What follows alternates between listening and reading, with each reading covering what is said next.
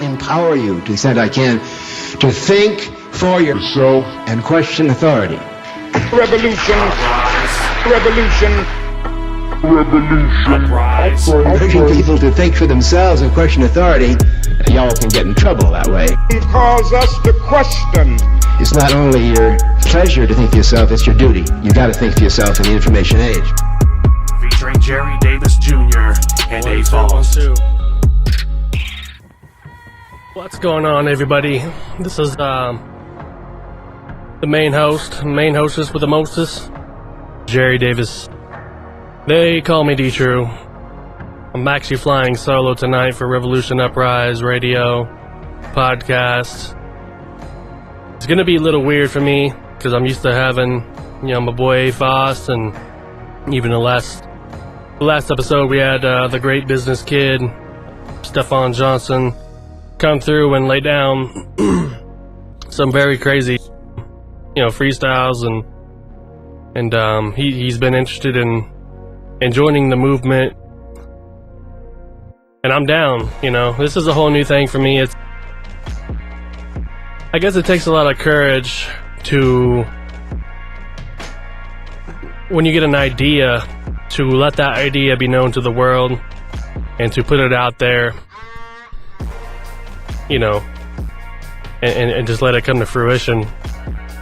And it's scary because the idea of defeat often comes to mind, and as we all know, we failed many a times, and many things we've tried, and it never feels good. So we often play it safe in life, and I'm guilty too, man. That's my whole music career. I've played it safe, and I'll admit that. But this time, I don't know what it is. I think it's like the whole idea of, I just turned 30 years old. I'm on December 9th.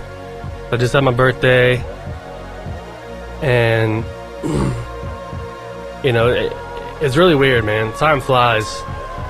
Time goes so fast. And my 20s, man. How can I sum up my 20s? All I can say about my 20s is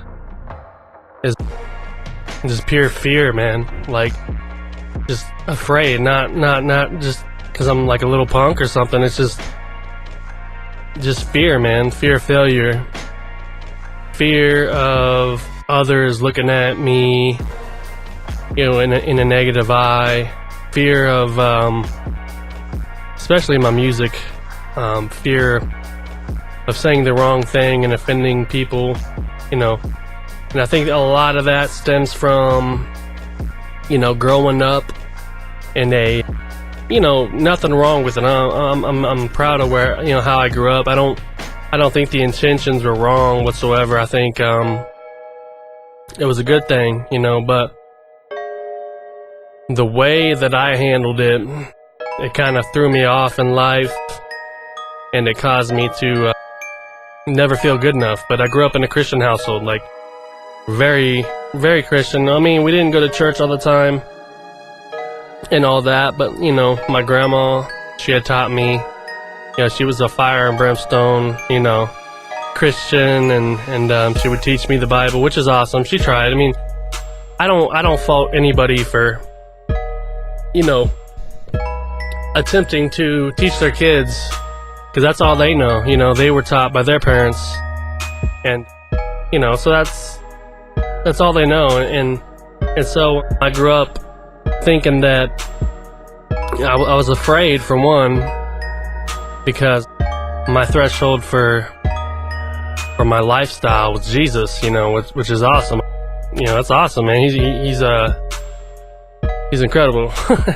Obviously, I mean, he's a great teacher, and the parables in the Bible, whether you believe the word or not, there's a lot of stuff you could take from it. As with many other religions, or all religions, there's always a piece of truth that you could take from it, and truthfully, what you could take from it is the idea of love. But I think it also gets contorted and misconstrued you know, when religion gets involved, and I think that's what happened.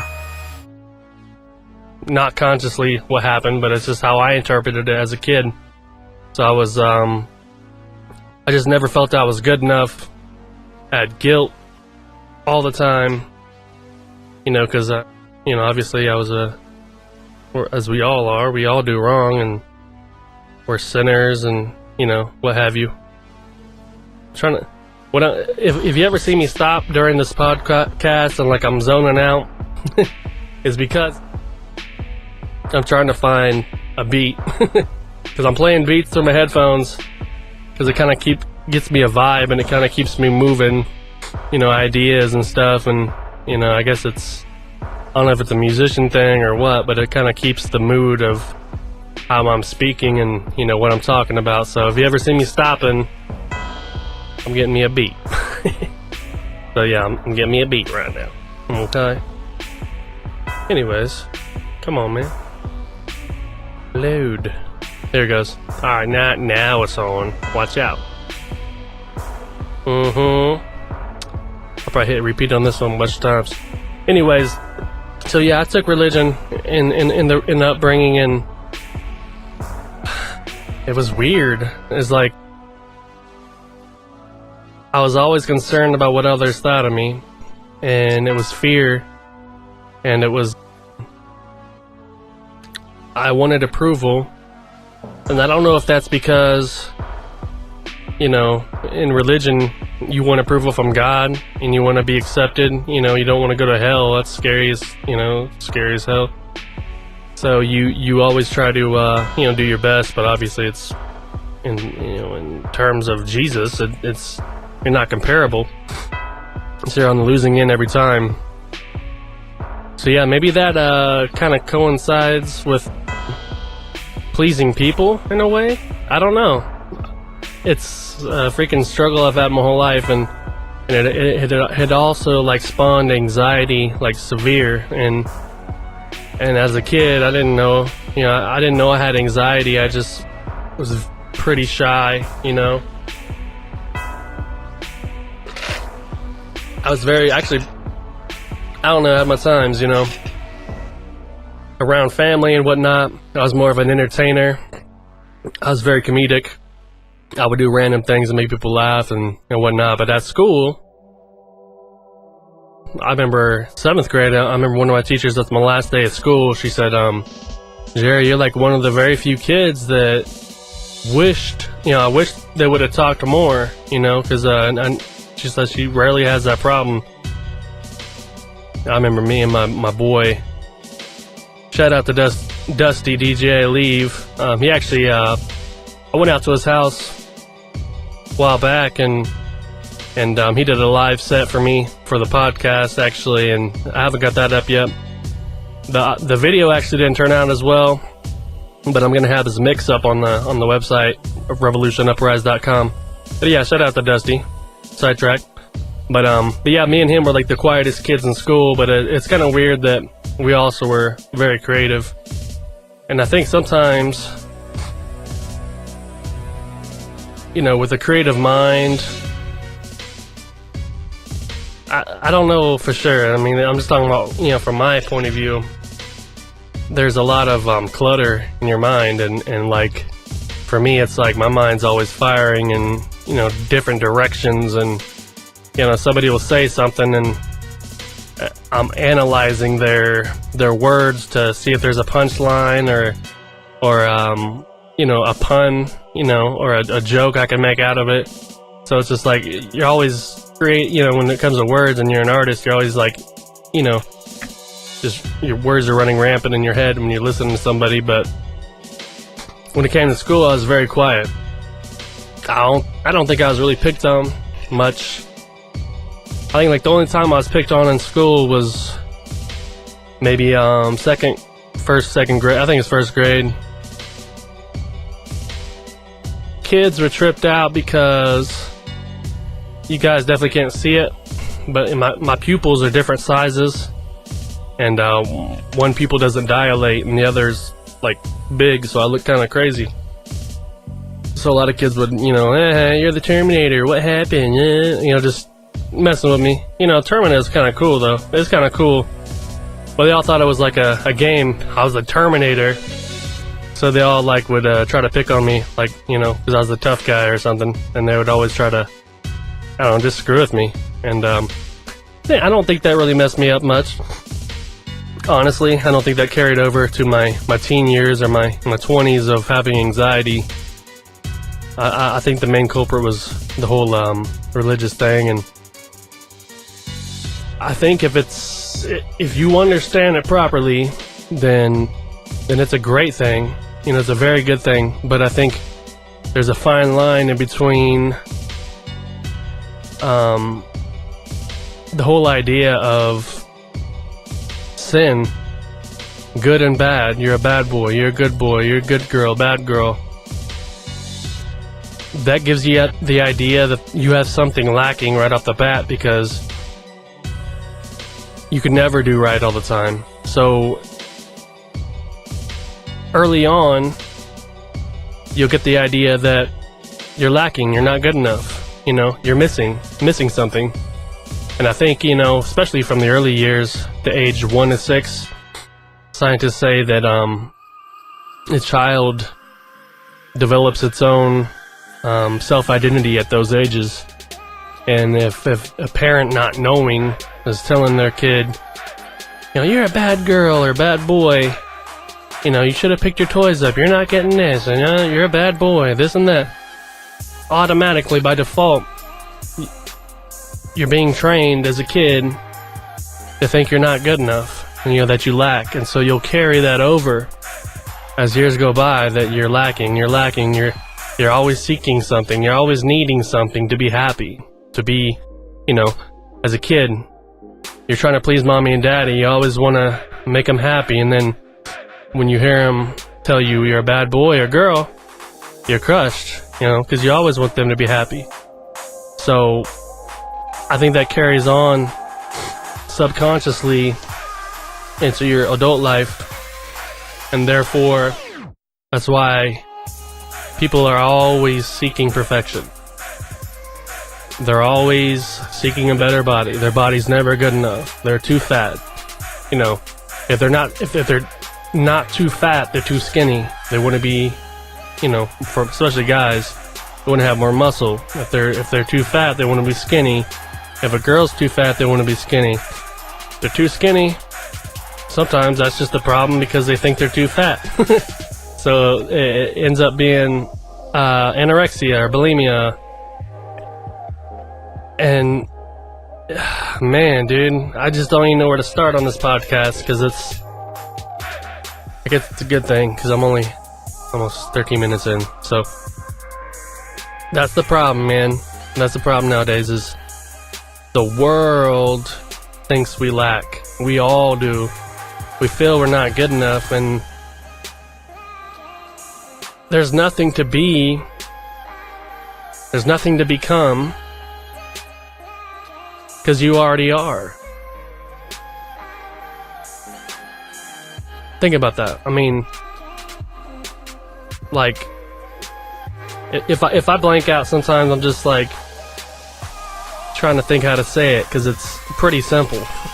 It's very simple. And even myself, I mean, I catch glimpses of pure happiness in the moment at times, but it's a point of, you know, retraining my thinking more aligned with that I am good enough. And it's, you know, 29, 30 years of not thinking you're good enough.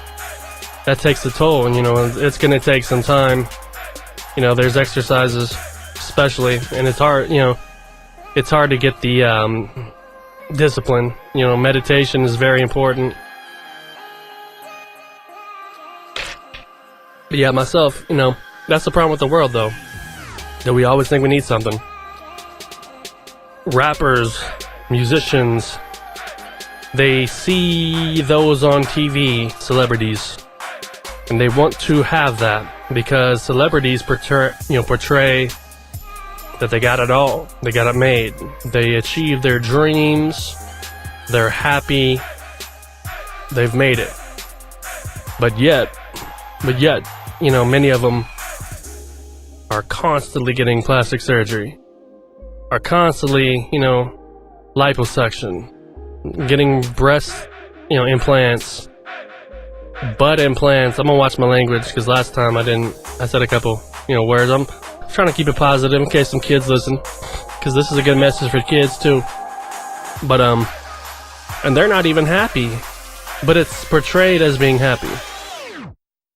And it's crazy that, you hear these celebrities that you would never imagine they're in the deepest, darkest depression. Robin Williams, dude, that was the last person that I have ever imagined would kill himself. It's a tragedy. And what within him made him want to take his life? Right now I don't have a lot of money. My dreams aren't fulfilled. I'm not working my number one job, or, I'm blessed to have a job, but it has zero to do with my talents. And, so that's very unfulfilling. But I'm definitely not going to kill myself. There's struggles right now. My daughter has had a surgery. She's having a couple more surgeries coming up. Yeah, I've had a little borderline, down, gloomy, little depression-ish. It's up and down. But I'm freaking not gonna kill myself. And you think Robin Williams, he had it all. He was the funny man on the block, man. He would light up a room when he would, anywhere he went into. His energy level and his just personality, and he just always wanted to make people happy, and yet he killed himself. I think he ended up hanging himself. Dang, and you're gonna go out, man. You're gonna hang yourself? That's crazy. Because you're not really gonna die instantly. And, you gotta be pretty down. So, thinking about that, celebrities and I've heard, who was it? Cameron Diaz recently on an interview. She said, if you are looking to be famous to gain happiness, then that'll never be obtained. Because why she entered into it is because she loved her craft, she loved to act.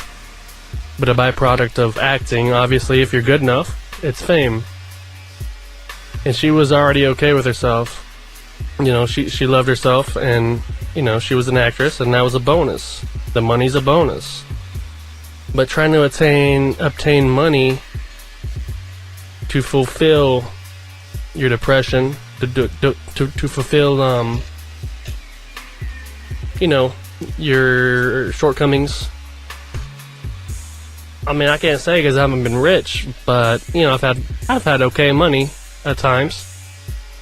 And I ain't gonna lie, man, you're good for a while, but then it's a distraction. And I said on the last podcast 3 times, 4 times, and it's very true. It's a distraction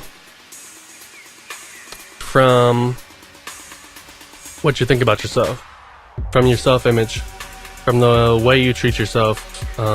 You have that money, you're getting these material objects, and you're distracted. You're not left with yourself. You don't have to sit in silence with no money and no objects and sit there and be with yourself. But the moment the newness wears off, you're left with yourself. So then you get depressed again. So then you gotta go buy more stuff. I guess it's the product of, the shopaholics. The shopaholics are, what have you. Yeah, I guess the main key is to, I'm trying to break into this subject because it's kind of crazy. It's kind of crazy because,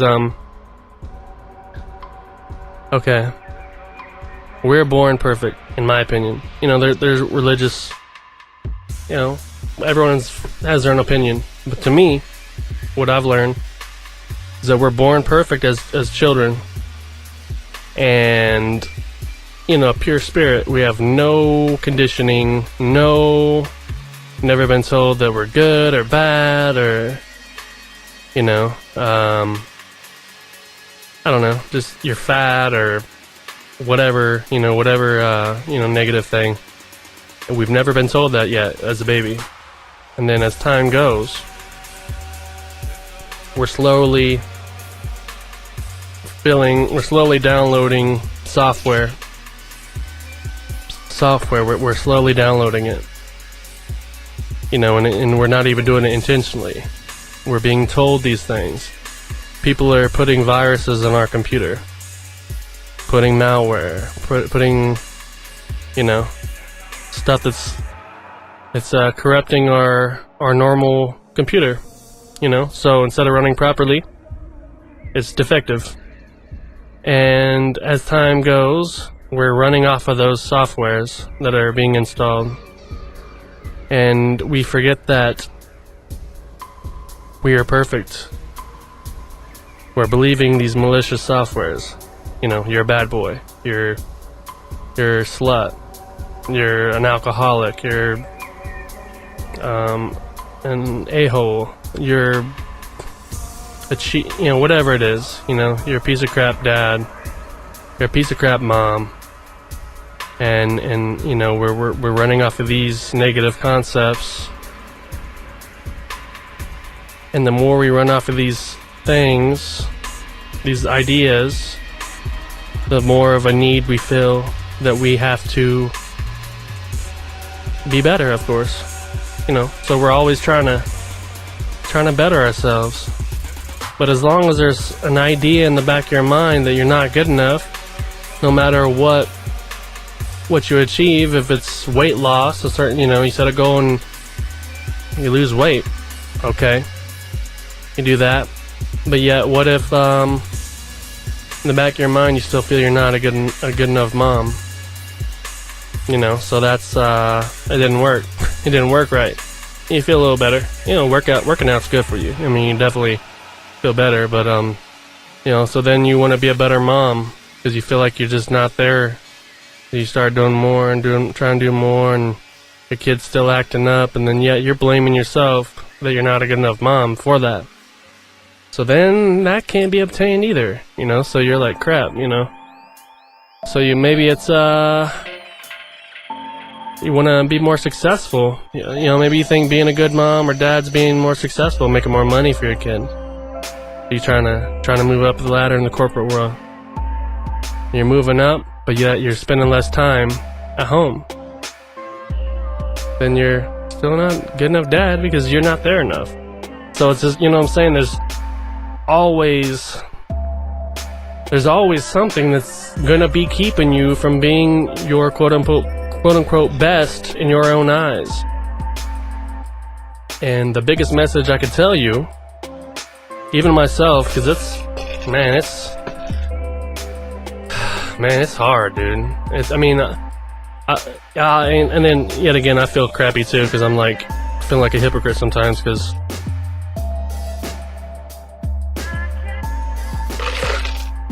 sorry. Anyways, I feel like a hypocrite sometimes because I have all these ideas and truths, quote unquote truths, love ideas, that I can't always even abide by. It's because we're in such a nasty society that we're always surrounded by get this, be better, do this, be better, New Year's, get a membership, be better, new 2016 Corolla, family car, be better, oh, a Propecia for men, Viagra, better wiener. Be better, because you're not good enough. Your wiener's not good enough unless you have it, okay? I'm just telling you. You get that? No, let's just not go up the Viagra channel. You know, there's all, just we're surrounded. Makeup, and then all these celebrities that portray perfection, but yet they're not happy, and it's just like a nasty whirlwind of illusion. It's all an illusion. And I feel once you understand that you're perfect, I'm perfect. My spirit of who I am, my mind aside, and if I take every idea from everything anybody's ever told me and that I've ever bought into, in this very moment, in this very second I'm speaking, I'm perfect. There's nothing wrong with me. I'm pure. I'm pure love. And that's weird, because we're never told that. We're never told that we're perfect. And even if we're told that we're perfect, we look back. We look back at the baggage we've been hauling forever. The big old line of bags that have been tied together, that have been placed by various people along our journey. And we're hauling this freaking line of hundreds of bags, just dragging it and wearing us out. We're tired. We're stressed. Our body's worn out. And I could vouch for that. You know, like, when you have anxiety and you have depression, you're tired as hell. Man, you're very tired. You never have energy. You don't want to do nothing. You're just so, like, if you have time off of work or something, you just, let's freaking crack a cold one open. Hypocrite. Jerry Bear. Hey, don't you judge me. No, I do a little bit. Okay. But yeah, you're hauling all these things, and it's just, it wears you out. But listen, you know, sometimes you just got to retrain your thinking to understand that those bags aren't who you are. Those bags are placed by other people that may not even have known you that well. Or even if they did know you, they had issues themselves and maybe have told you those things because they were unhappy with themselves. You know? And it's crazy how we buy into these ideas that we lack so much.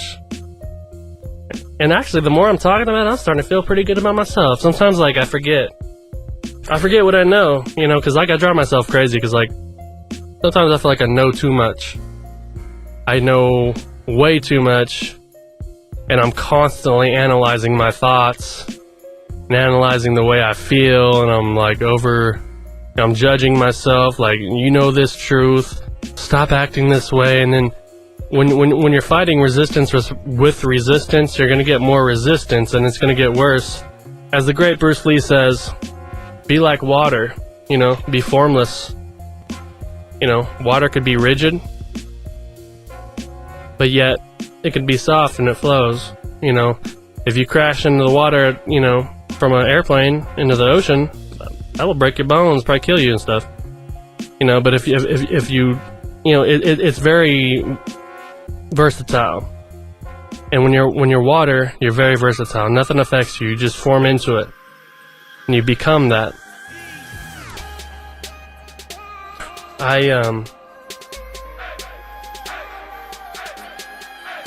Sorry. One of my favorite teachers, you guys should look him up.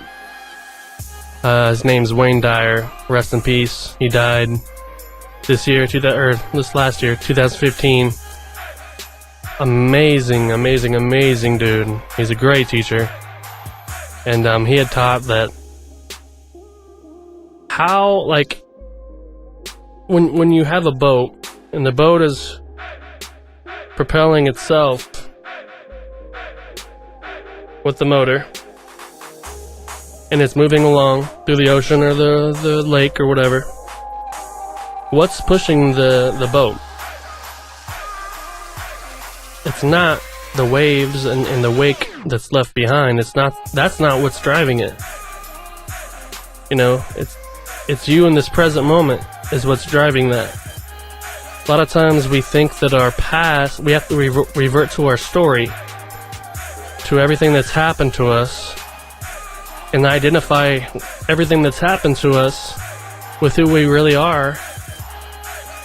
And all that is a wake that was left behind, and it's not driving our boat. It's already, we left that when we left all those, you know, wakes and all those waves. We left them a long time ago. But yet in our head, we're thinking, that's us. Those are the bags we're dragging. Those are the waves that are pushing us. Has nothing to do with who we are right now. Nothing. Zero. Nothing. Because in this very moment, we're pure. We're pure love. Sorry, keep getting a text. But you know, it's a weird concept. It's a very simple concept, you know.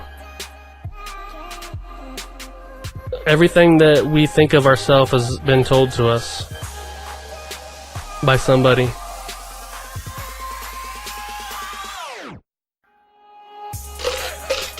Think about kids. You know, when kids are playing, you know, many times, most kids, gosh darn it, good old mom, gotta love her. Mom, it's like 3 a.m., go to bed. She's just making sure everything's okay with your boy. Anyways, kids, you know, they live in the moment because they don't have much software programmed into their brains. They haven't downloaded it yet, and their computer's still pretty new. So many times, most times, they're in the moment. They're having fun and playing and looking at every day as an adventure. And they're looking forward to every day. You know, unfortunately, there's some kids that don't have that because their baggage is slammed on them instantly in abusive families and whatnot. And that's sad. It hurts me that an innocent kid doesn't have a choice, you know, what life they're brought up in, and you know, that's sad. But there are many kids that are living in the moment, most of them. And they're happy all the time. They're playing and having fun and living for the now, and they haven't got all these bags. You know, maybe one or two here and there, maybe a little shy kid early on. But then you start seeing it. The older they get, you gotta be this, you gotta be that, you gotta get good grades in school. If you don't, you're grounded. So the kid gets a bad grade. It's not good enough. Kid's not good enough. There's a bag. Boom. You know, there's a bag to add to the list.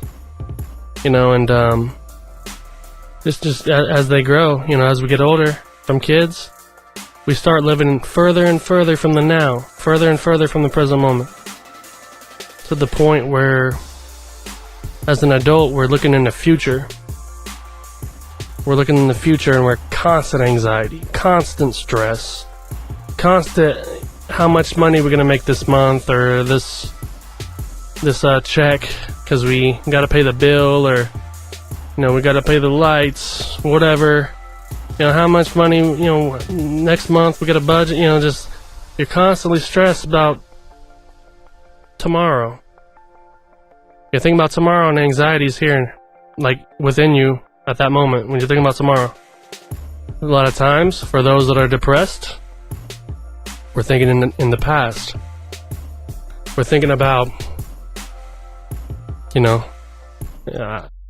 I've had, well, many people.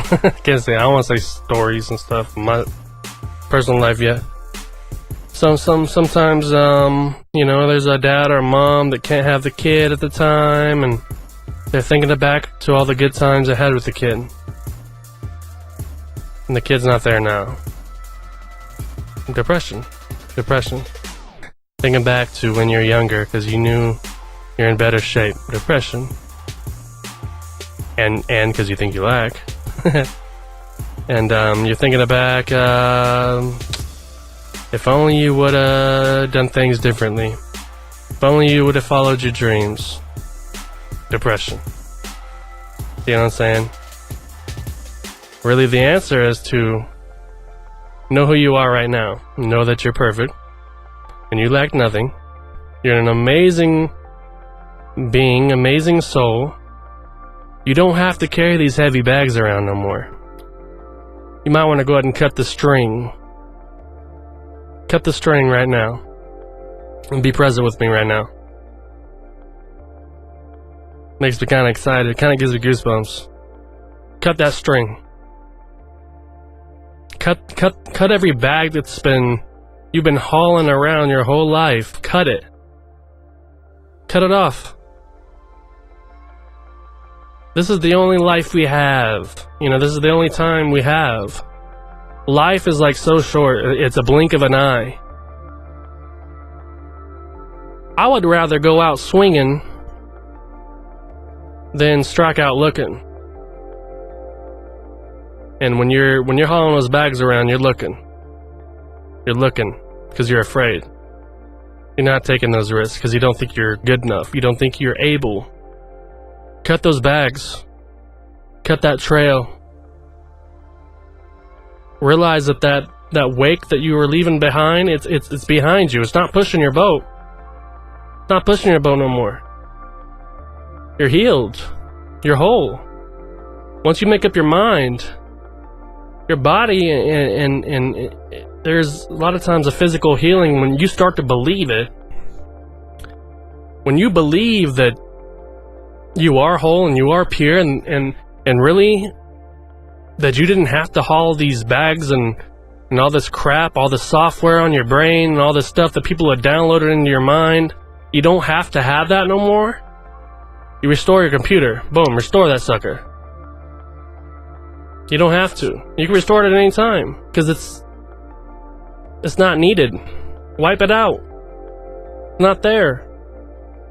Once you're able to understand that, it's like this is very therapeutic for myself.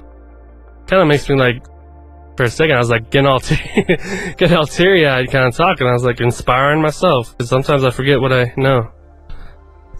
Not in an egotistical way. I just, stuff that I found along the way, and it's very encouraging. I'm gonna take a quick break. I'm gonna leave you with, I'll leave you with something short. BRB. Jerry Davis, D True. Revolution Uprise podcast.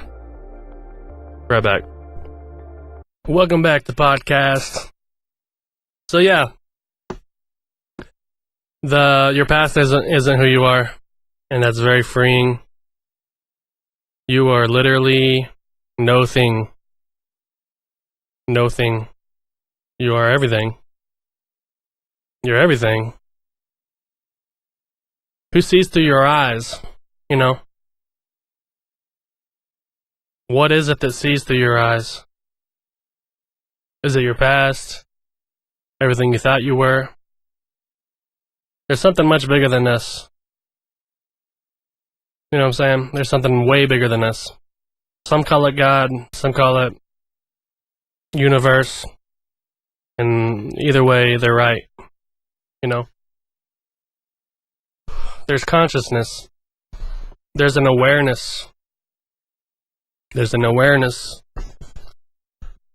Something much bigger than what we understand.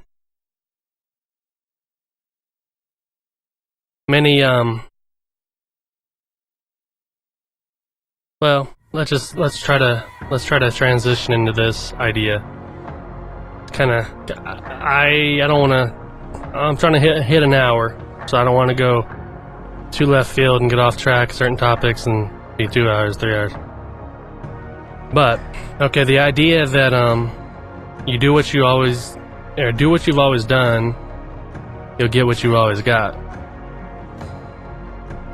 I also think if you take it a bit further, you think the way you've always thought, and you'll get what you've always got. I just came up with that. That's kind of clever.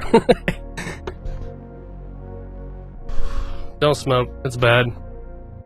I smoke a cigar every once in a while. It stinks. It's not good. Don't do that. Bad for your body. I'm the walking contradiction. It's alright though. You guys love me. Hopefully you love me.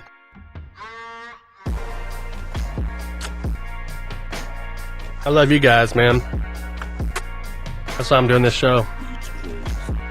So I put together this show because I hate seeing my friends. I hate seeing people I work with. I hate seeing my bosses and people that have ambitions and dreams and things they just love to freaking do, but yet they never do it. They think they're not good enough. They think they're not worthy of happiness. And if I'm talking to you, very likely I am. Actually, very likely I am. And I'm looking at you right now. I'm gonna tell you, you're worthy. You're worth it. If you have a love, if you have a passion. What did you like to do as a kid? What was it? What'd you enjoy? Did you paint? Did you sing? What'd you like to do? Were you good at talking? You love to talk to people, communicate, interact with people? You love to help people? What are you doing now? What is it? I'm just saying. You got to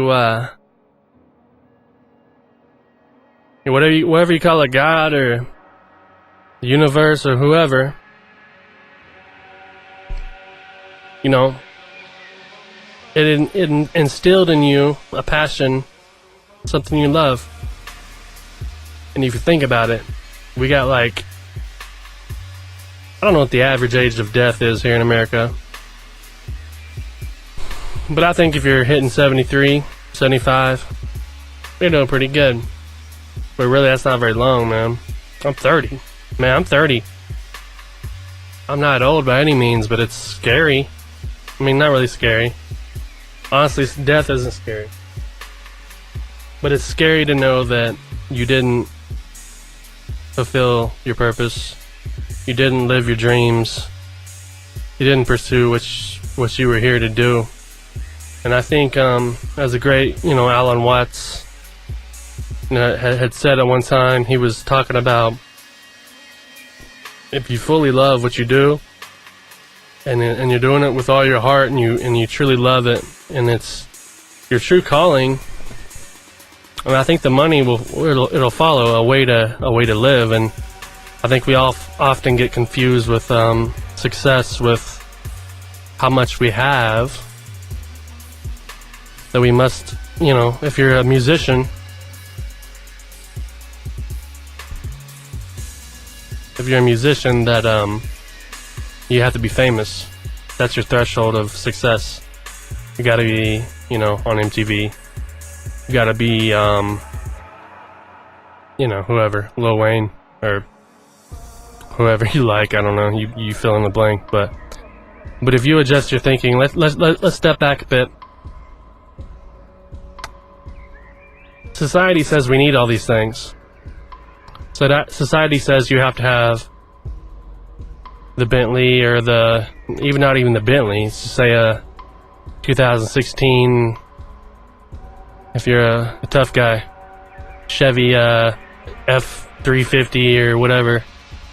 You gotta have that to be a man. You gotta have your convertible, your new one, your Corvette, or if you're a corporate guy, a Corvette. If you're a boss, Corvette.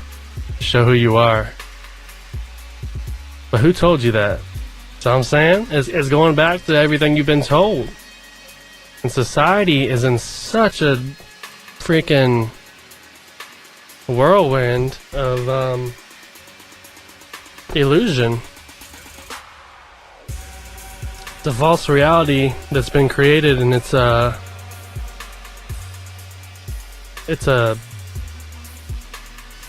how am I going to say this? It's society. It's a never-ending fulfillment. It's set up to make you think that once you have the success of doing this, you'll be fulfilled. But like I said, I don't want to go off topic. Stepping back to your what you love doing. What's to say that you can't be a successful artist, painter? Say you love painting. I love painting. Check this out. Not the greatest painter in the world. I painted that. It's abstract. It's kind of just like a mind explosion. Can't really see it up close, but I'll show you one day. But say, you know, if I was to put that online, what's to say that there wasn't somebody that super loves it? They think that represents them. Like, oh my gosh. Or reminds them of a happy childhood memory of some colors they seen at the circus or something. I don't know. And then they bought it. You know, they bought it for $150, $200. But so you love painting. So you put that thing online again. Another one. Another painting. Because you love doing it. And you're just going to put it out there, and if it don't sell, you're going to hang it up because you like your work. There's ways to make money, and being rich isn't where the happiness comes. It's doing what you love. Speaking from a guy that's not doing what I love. But I'm working on it, man. Revolution Uprise. I'm hoping, honestly, this is my hope, guys. It's not really about, you know, being rich, doing a podcast, and getting all kinds of sponsors to be rich or famous or whatever. But I hope to get a couple sponsors here and there, to get some clicks. You guys click it on my website, getting me a little money to live off of, and I could speak to you guys full time. I can do my music full time. I could do videos, inspiring videos. I'm a videographer too, you know, and I want to do what I love. And you know, this is one step forward. You know, you gotta take that step. It's scary, man. Like I sat on this podcast idea for I don't know how long, man. Like good probably a year. I was too scared, you know, and I knew I had a lot of knowledge or stuff, encouraging words. I don't want to sound cocky or, you know, egotistical, but you gotta kill that ego. You gotta not really kill the ego, just be one with it. Just realize that let's not get on that topic yet. Anyways, you can make money doing what you love. You just gotta change your outlook on what money is or what success is. You know, for me, I live pretty simple. This little booth or whatever, studio booth, podcast studio. Oh, you see that? It's pretty freaking tight. I think it's legit, brother. I love it in here. I try to make it where when I'm in here, I feel like inspired, you know. I got lights and I got freaking foam everywhere to help the sound. I got like black lights. If you could actually see the walls here, you could probably see a little bit. My little girl's hand. She put her hand up on here. So cute. I miss her. But yeah, you can see like I got all kinds of like, you know, black light paint and stuff. So I live pretty simple. I mean, you make it what, you know, what make it what you want it to be. If people come over my house, you know, to my house, my apartment, I'm proud of it. You know, I don't know what they think of it, but I like it, and that's all that matters. I'm happy with it because I make it what I want it to be. You know, maybe they think this apartment sucks and it's old and ghetto.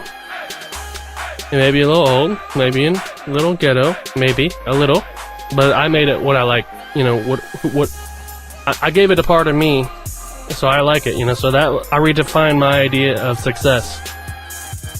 And not to say shoot low, but you don't have to. Check this out. What's wrong with living simple and yet say this podcast did take off and I started making a lot of money? What would you guys do? Would you guys move to the super fancy $700? To me, that's a lot. Would you move to the, you know, $1,200 suite, you know, downtown, or would you stay here if you start making good money on the podcast? And if you would move, why would you move? Is it to impress people? say I started getting, you know, people following me and knowing my name and, you know, knowing who I am, see me on the street. And, you know, and I'm making good money now. Hypothetically. So would I move? I don't know. That's a good question. I wouldn't move because I want to fit that profile. Because success to me isn't what other, you know, where I live. Success is doing what I love. So if I'm already doing what I love and I'm living easy, living cheap, which I am now. I'm living super cheap, $375 a month. I'll show you my house one day. I'll take the camera out there, and it's pretty nice, man. I love it here. It's really old, but it has a lot of character. You know, it's an old building, old brick building. You know, and personally, I'd stay. I don't care how big I get, honestly. Kind of weird, huh? I'd stay here in this little brick building, this old apartment. I would, because I redefine my definition of success. Success isn't what I have, it's what I'm doing. And if I'm really truly doing what I love and I'm enjoying it, then the money will come. It doesn't mean I have to change the way I am and who I am. So I guess that's up to you guys, man. Some of us are slaving away at jobs we freaking hate. Or sometimes we don't even question it, you know. Sometimes we just think that's what it is, what we have to do. You know, this is the life, this is society, this is what... Not dissing on my sister, okay? Not at all. That's just her thinking, that's just where she's at. My younger sister, not younger than me, but, you know, not my oldest sister, but about 40. Shot you out there, didn't I? Just kidding. But she told me one time, recently, actually, is on celebrating my birthday. Walking out her house, and I was just like thinking, oh man, I gotta go to work tomorrow, darn it. And she's like, oh, it's a part of life. I was just like, I had so much stuff to say. Imagine that, all this stuff I said on this podcast so far, and she said that, and I was just like, I'm walking out the door. Thanks a lot. Tell me while I'm walking out the door. I can't. Hold on here. I gotta tell you once. Let me sit down. Sit down real quick. Okay. But yeah, it's a part of life. No, it's not. Are you freaking kidding me? No, it's not a part of life. Yeah, working is kind of a part of life, but it's not. You don't have to do what you hate. You might have, you know, you could probably do what you hate for a little while, but while you're doing it, honestly, man, I'm on some verge of saying, don't even do what you hate for a little while. Do something that you moderately like. You know, something that you somewhat enjoy. Okay, maybe not a lot of money involved, then you don't have to live in that fancy house. Redefine your idea of the way you should live. It's up to you. If you want to do something you hate and you want to work a job you freaking hate and you want to make a lot of money doing it because you have to support your lifestyle, then work that job you hate, you know, I guess. But don't ask me why you're depressed or stressed or you feel like you're always lacking because you're not doing what you love. I'm being very repetitive, I'm sorry. But it is true, man. I thank God, you know, there's a time, or the universe, for those that have a lot of conscious listeners. A lot of, I don't right now, but I know I will.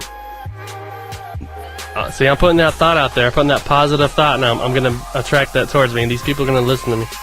But yeah, so I have a lot of conscious listeners, I will, and some of them don't call them God. It's not an entity, it's everything. That's God. That's the universe. It's love. God is love. So yeah, do what you love, man. Redefine your idea of success. And you start making money. You start making it famous. you're already grounded because you know the fame isn't who you are, and that you don't have to be famous to be happy, and you're famous because you don't know what you love, and you're happy with yourself. So, all right, now we're going to try to transition into something different. I hope this podcast is good, guys. This is kind of hard, man. It's freaking hard talking to yourself. But to me, like I'm visualizing you guys. I'm visualizing people I work with watching me. I'm visualizing my friends or somebody just happened to stumble upon my video on YouTube, or I see you guys all in a crowd and you guys are all in pain, like not in a negative way, but you guys, I feel bad for you. You know, not that I'm on a pedestal, but I have remorse. I want to help you. You know, and I want you guys to help me too, because I need it. Yeah, that's why it's a little easier when I talk to myself, because you guys are my friends, and I think of you guys as my friends, and you're watching me, and hopefully what I'm saying, you're like, okay, this guy, he's a spark plug. He's a little spark plug. I like him. Hopefully you do. If you don't, I'm sorry. You know, I can't. That's something I'm learning at the ripe old age of 30. That you cannot please everybody, man. And that, you know, like I said, that came from my religious background, that I had to please people. Because I had to please God and I had to please Jesus. And I was never good enough because Jesus is perfect and I was always a sinner and I was always, you know, all that crap. And I started off as here's a good segue. I started off as a Christian rapper, rapping straight up Jesus music. It's fine. There's a lot of Christian rappers. That's good. You know, that's all I knew. But as time went by, I did some shows at churches.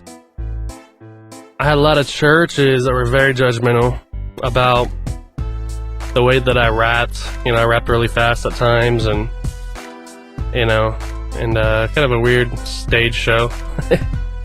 And so they were judgmental on me, and so then I was like, well, you know, crap, I can't be myself, so I have to switch it up. And so then every time I write my songs, I would kind of visualize the church or the possible people, you know, on the internet that are Christians and that could hear my music, and what they would think of my words and how they could judge me.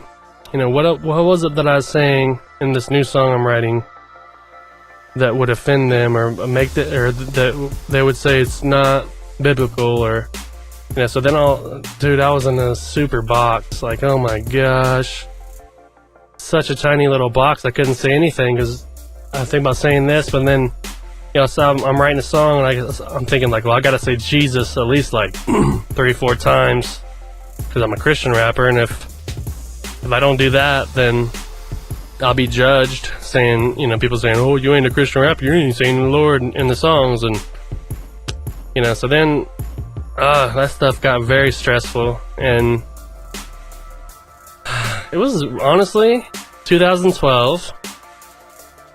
A little history, here it goes. Watch out. History, 2012. The year of the apocalypse, supposedly. Or, what many think the apocalypse actually means the lifting of the veil. Boom. Wow, that's very cool. I amuse myself. So, the lifting of the veil, 2012. Opening of consciousness. The year of Aquarius, the age of Aquarius, where consciousness was the time period where consciousness is being opened and truth is being revealed to people, and they're waking up. There's an awakening. And honestly, that's very weird. Like, I have thought about it, but I haven't really thought about it deeply. I love talking to you guys because this is very therapeutic to me. It makes me kind of explore myself. This is kind of cool. Aaron, Afost, you know, I might have to do this a little more often, buddy. Maybe we'll do Saturdays, and maybe I'll do you know, Friday night or something. I don't know. Just to counsel myself, I guess. But yeah, the age of Aquarius, the time of enlightening, 2012 was actually when I first started questioning. I'm trying to think, what was the first video I saw on YouTube? First video I saw was sorry. was on talking about, what was it?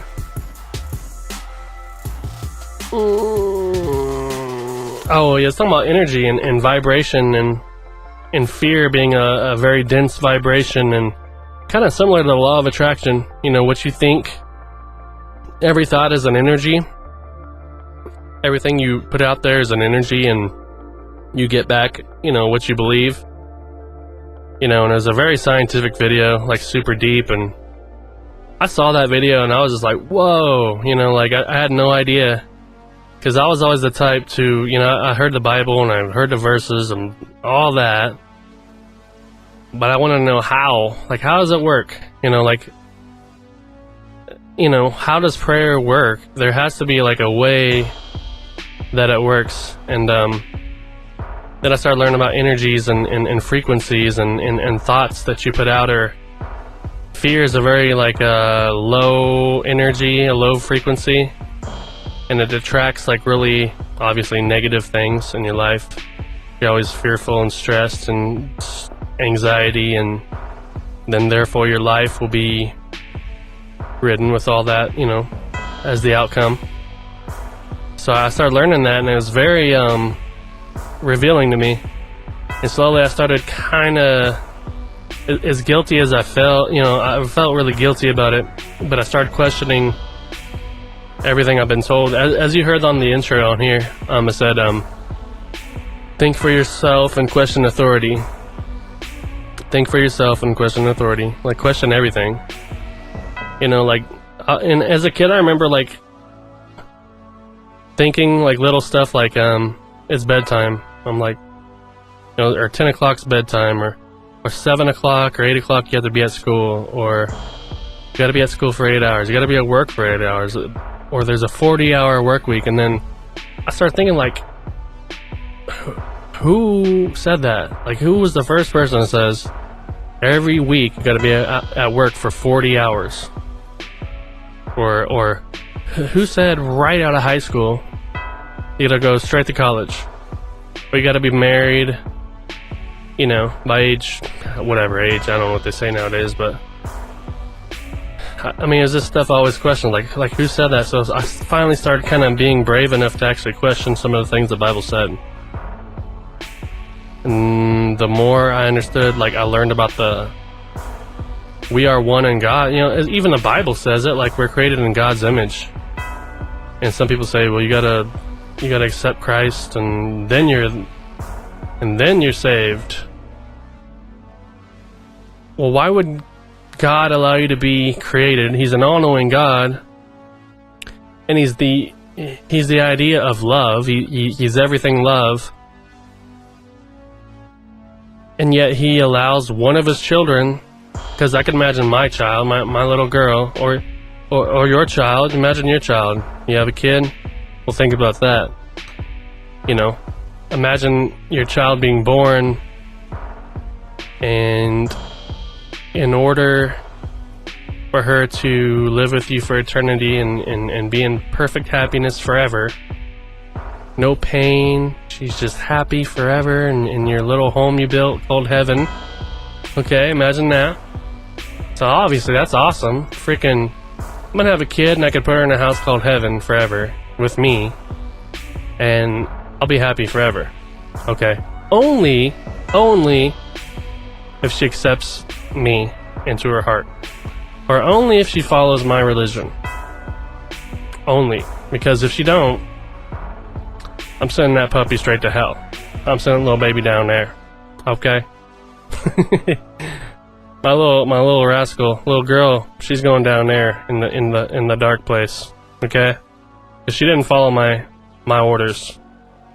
But the problem is, I already knew she was going to not follow my orders, because I'm an all-knowing God. I'm the creator of freaking everything. I already knew what she was gonna do, and she didn't accept me. She didn't accept my religion, and I'm the epitome of love. Like, to me as a father, I'm not even the epitome of like, I guess I am the epitome of love, because I am one in God, but I'm not even, I don't know if I'm even on the level of understanding of love on a God level. And I love my daughter enough to die for her. Like, no matter what she did, and I don't care if she, honestly, if she, God forbid, did something super crazy, killed somebody. I don't like to think that way, but and that's kind of my fault because I didn't teach her some. But I still wouldn't. I still love her. I still wouldn't want her to burn forever in hell, in a place that's fire and your skin is melting off your bones in pain. Like, my daughter just had surgery, and I'm thinking about the pain she had, and it makes me just so stressed out. Like, in a heartbeat, I would take her place, and to think like an all-loving God, and I'm God, I'm putting my daughter in hell forever because she didn't do what I said, but I already knew she wouldn't. I guess that's where I started questioning. And then the Bible says you are created in God's image, and you are one in God. And we, in my eyes, as blasphemous or whatever it sounds, like, we're all gods. Like, we all are capable. I mean, I could bounce back and forth between you know, the universal consciousness type people or the Bible, and say, you know, we have authority over all things because we are one in God. With the faith of a mustard seed, we can move a mountain because we're one in God, you know. So that's right. I kind of blinked out. Sorry. So it says that, but yet we have to accept Him first. But we're one in God. I don't know. That's just a trip. It just blows my mind. So I don't necessarily believe. A lot of times, like, I wonder, like, every time any family member or anybody I've ever asked, I say, what about the tribes, like, in the jungle that have never heard of Jesus? Or maybe in, you know, some tribe, whatever it is, and they're on their own thing, like, or kids that were grown up in Buddhism or Hinduism or whatever it might be. And that's their culture. That's their freaking culture. You know, so the Western culture here, mostly Christian. Okay, so that's what we believe or whatever. Everyone else is sinners and they're going to hell. So what about them guys? Okay, they're in India. They're Islam. That's like Hinduism and Muslim. Islam. They're Hindu or whatever. They believe in Hinduism, but yet they're going to go to hell because they're not serving the right God, but yet they were created in God's image because God already knew what God they would choose or what religion they'd choose, but He still allowed them to be born and sent them to not heaven, freaking hell anyway, because they didn't believe in Him. And He's the all-loving God, the Father of all fathers. Like, better father than me, I wouldn't send my kid to hell. That's crazy, brother. Okay? So then there's free will. I keep hearing free will, but free will doesn't matter if God already knows what you're going to do. It's crazy. So I think there's a bigger idea. There's a bigger idea behind it. Like, there's a misinterpretation somewhere. And I don't care where. Honestly, like, I'm just so fed up with religion. Honestly, like, I know God loves me. I'm freaking made in His image, and we all are, dude. Like, we all are freaking awesome. We all are loved. We all are perfect. You know, regardless. Yeah, we don't have to buy it. Like I said, we didn't have to buy in all that crap that, you know, we've been hauling around because we said we're not good enough. Especially, I think for me and a lot of other kids, you know, growing up in religion, always feeling you're never good enough, because if you're not good enough, you're going to hell. And the idea of being good is actually being like Jesus, and that's pretty tall order, knowing that Jesus never sinned, never once. He never looked at the lady's booty walking by. Just think of that. That's great. Well, they're probably wearing gowns and stuff. Imagine, you know. Imagine, that's crazy, dude. Imagine trying to be sinless. That's crazy. You know, Jesus would say he was sinless. You know, the Hindu lady, the fine foxy lady walking by. Not Hindu. Hebrew, or in Jerusalem, walking by, and he didn't kind of look at it a little bit, but like, I did that one right. I created that one nice. I like it. I admire my work. No, he never once did that, because that's called lust, my friends. That's a sin. So yeah, that's pretty crazy. Not to say the Bible's a liar for saying he's sinless, but if he was, much props, Jesus. That's pretty awesome. Because I couldn't do it, obviously. That's why I'm an anxiety-ridden child of yours. But I'm getting there. I'm learning that I'm pretty much in your image, buddy. And I understand who I am. I'm starting to get there. It's a long process, guys. I'm about an hour right now. 1 hour in, and we touched on a little bit of frequency and thoughts. I'll get a little more into that. I'm sorry for the whole religious sidetrack thing, but we'll get more into the religious, the frequencies and the intention in your thoughts, and how your thoughts are creating reality, and how nothing exists in the quantum world. According to science, reality doesn't exist. Yeah, that's when stuff gets kind of crazy. And then I got some oh man, I got so much more to say, but hey, I'm gonna get you guys in an hour, okay? This is an hour in. I think we're good. But yeah, I got some stuff about, belief. When I think I hit on that when I said the Bible has with the faith of a mustard seed, you can move a mountain. And it was hitting on the idea of belief, and your thoughts have power. And pretty much everything the Bible says, I pretty much go along with, except for the whole idea of throwing people to hell. That sucks. But hey, guys, this has been a good podcast. I'm gonna hit some more topics with you guys. It's kind of cool. I feel like you guys are watching me, and it almost feels like I have some friends. I have some friends for once, because I know you guys are watching. See, I'm putting that positive vibe out there. I'm going to attract you guys in to watch here, because I know you guys are going to watch. You guys are going to enjoy this, hopefully. And hopefully, whether you believe in all of it or not, you got to admit, it's pretty inspiring podcast, okay? That's pretty positive on you guys. I'm trying to encourage you, and that's pretty much the whole purpose behind the Revolution Uprise, and it's just since 2012, it was the apocalypse, the lifting of the veil, and it's time for us to open our eyes, open our ears, not to the wrong things, but just to listen to ourselves, listen to the right things, just start questioning. Don't always listen to the media. Don't always listen to what's on TV. Don't always listen to everything you're told, or question everything you're told. Question it. Ask why. Is that really... there's a motive behind everything. And I think the more you start to question it, I'm starting to get there. I'm kind of learning with you guys, It's kind of cool. Revolution Uprise, and I'm the host, and I'm learning with you as we go. So it's going to be a good journey. It's going to be fun. I can't wait to have another one with you guys, and we'll continue to learn together, and hopefully you share this with your friends.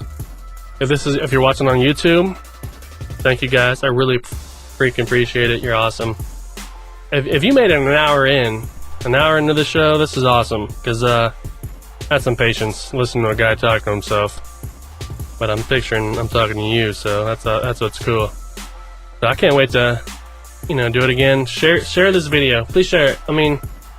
It's not likely a lot of people are going to sit through this whole thing, but even if they listen to the first part of it and they get something out of it, that's cool, man. And they share it, maybe they share it because they're inspired. Or maybe some clever fan of the show will take some awesome clips from the podcast and edit it into a medley of positive truths, and they put it on YouTube. Not saying you got it, I'm just hinting. If you want to, that'd be awesome. Okay? I I don't even know what sounds good. I said so much. But yeah, guys, thanks again. We'll have another one soon. For those that actually watched the first one with Business Kid, that was a good time. We're gonna have more.